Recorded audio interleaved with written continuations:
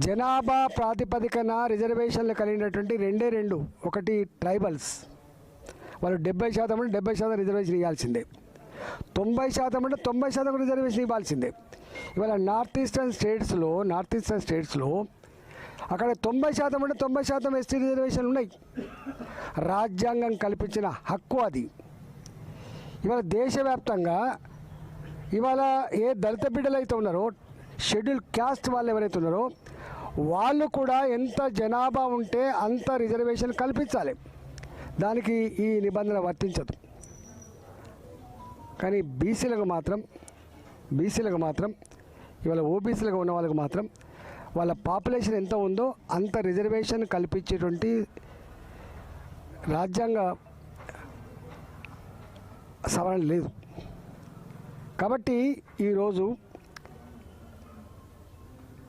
ఈ 42% ఇవ్వచ్చు అని చెప్పి మూర్ఖంగా మీరైతే వివరించారో, ఇప్పటికైనా చెంపలేసుకొని ప్రజలకు క్షమాపణ చెప్పి వెంటనే మీరు ఎన్నికలు జరిపించాలని చెప్పి కోరుతున్నాం.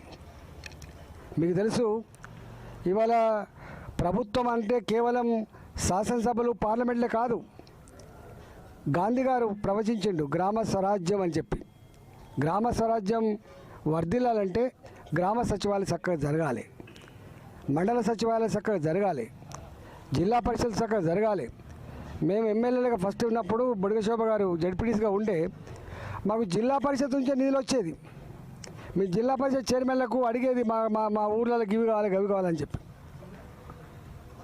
73, 74 రాజ్యాంగ సవరణ మీరే తెచ్చిండ్రు, రాజీవ్ గాంధీ గారు తెచ్చిండ్రు, మర్చిపోతున్నారు మీరు.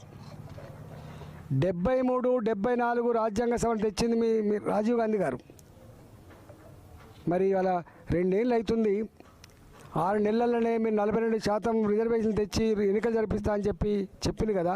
మీరు ఏం ముఖం పెట్టుకొని ఇవాళ ప్రజలకు మళ్ళీ ఓట్లు అడుగుతారు? ఏం ముఖం పెట్టుకొని మీరు ఇతర పార్టీలు నిందించే ప్రయత్నం చేస్తారు? దీనికి మీరు సమాధానం చెప్పాల్సినటువంటి బాధ్యత ఉన్నది.